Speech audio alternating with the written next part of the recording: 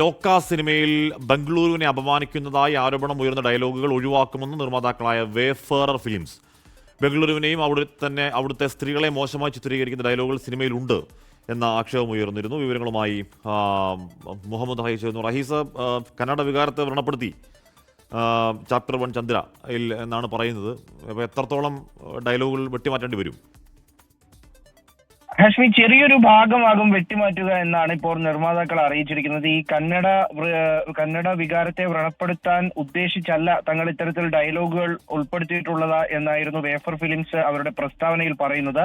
സംഭവത്തിൽ ആർക്കെങ്കിലും അത്തരത്തിലുള്ള ബുദ്ധിമുട്ടുണ്ടായിട്ടുണ്ടെങ്കിൽ കമ്പനി ക്ഷമ ചോദിക്കുകയും ചെയ്യുന്നുണ്ട്.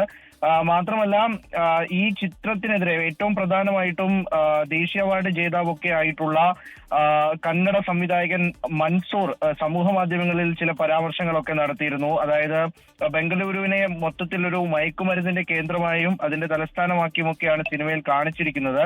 അത് മാത്രമല്ല, ഈ അവിടെയുള്ള സ്ത്രീകളെ അപമാനിക്കുന്ന തരത്തിലുള്ള ചില പരാമർശങ്ങൾ കൂടി ഇതിന്റെ ഭാഗമായിട്ട് ഈ ചിത്രത്തിൽ ഉൾപ്പെടുത്തിയിട്ടുണ്ട്. അത്തരത്തിലുള്ള ചില സന്ദേശങ്ങൾ നൽകുന്ന ഡയലോഗുകളൊക്കെ ഉണ്ട്. അപ്പോൾ അത് ഒഴിവാക്കപ്പെടണം എന്നുള്ളൊരു ആവശ്യം പൊതുവെ ഇങ്ങനെ സമൂഹ മാധ്യമങ്ങളിൽ ഉയർന്നു വന്നു.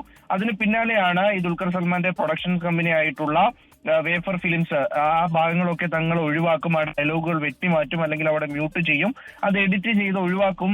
ഇനി അത്തരത്തിലുള്ള ഡയലോഗുകൾ ഇനി ചിത്രീകരിക്കുമ്പോൾ അല്ലെങ്കിൽ ഇനി പ്രദർശനം നടത്തുമ്പോൾ ഉണ്ടാകില്ല എന്നുള്ള തരത്തിലൊക്കെയും അവരൊരു വിശദീകരണം നൽകിയിട്ടുണ്ട്. എന്തായാലും ചിത്രം ബമ്പർ ഹിറ്റായി ഓടിക്കൊണ്ടിരിക്കുകയാണ്.